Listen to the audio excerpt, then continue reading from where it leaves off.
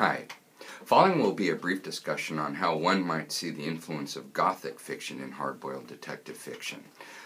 Before we get started, it might be sort of counterintuitive for you to think that Gothic fiction would have anything to do with something in the West or something with detectives, etc. But once you look for it, I think you'll see that there is quite a bit of evidence of it, and it ends up being pretty intriguing. Before I get into the specifics, let me give you about a 30-second introduction about Gothic fiction itself.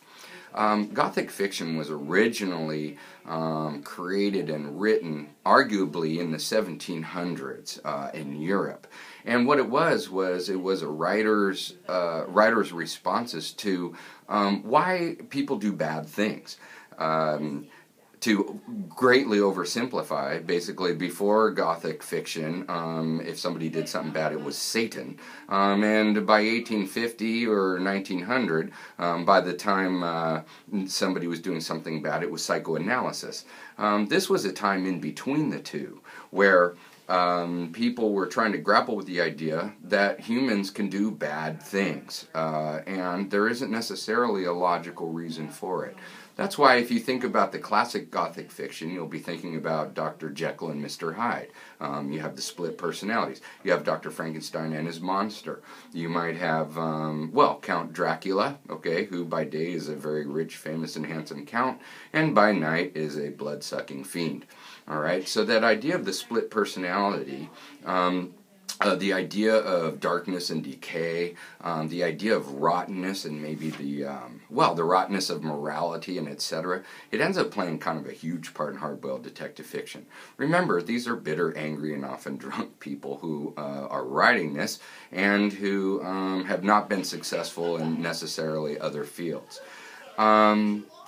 Let's see. Oh, so once again, if you're looking for Gothic fiction in this particular novel, sometimes there are some real obvious moments. Take a look at the beginning. I think it's of chapter 4, The Hotel Manager. It's on page 22. If you notice, he even speaks in two voices. When Marlowe talks to him, at one point he's like, "Oh Lord, da-da-da-da-da," and then he has another question for Marlowe, who he speaks in a low, deep voice. Here's a man actually performing two different personalities right in front of you. In chapter 10, there's a moment where Marlowe is listening to somebody talking about the events that just transpired. I don't want to give it away. But then, after a whole page, he realizes he's listening to himself talking. So here's a man who is having a dialogue with himself and doesn't even know it. Those are classic sort of beat you upside the head Gothic fiction moments. But any time that you hear things like, any times you see like a gory scene where you have, blood all over the place, etc. That's Gothic, the Gothic influence. Anytime you have fog or nighttime, you'll start thinking that it's raining all the time in Los Angeles and that it's always night, except for the fact that half the time it's daytime, and it only rains about, 15 inches a year in Los Angeles?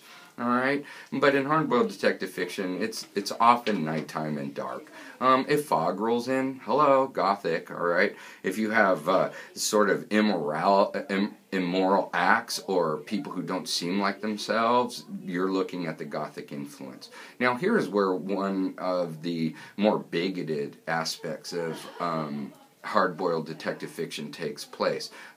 Anytime that there's something that has to do with mystery, etc. Oftentimes it's going to be portrayed as effete, or feminine.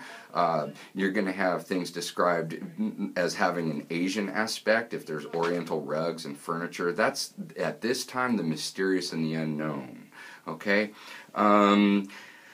So basically, Asians, blacks, Latinos, oftentimes they're described as being mysterious and the other, because quite frankly, at this time, this sort of genre is definitely Caucasian and masculine oriented.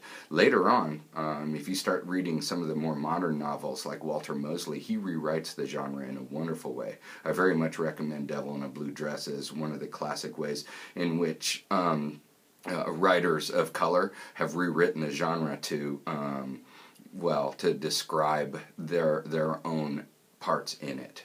Okay?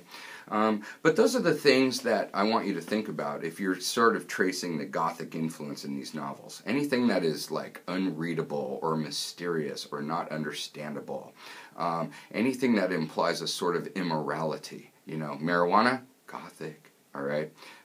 Those are the sorts of things that I want you to look for if you're looking for the Gothic influence.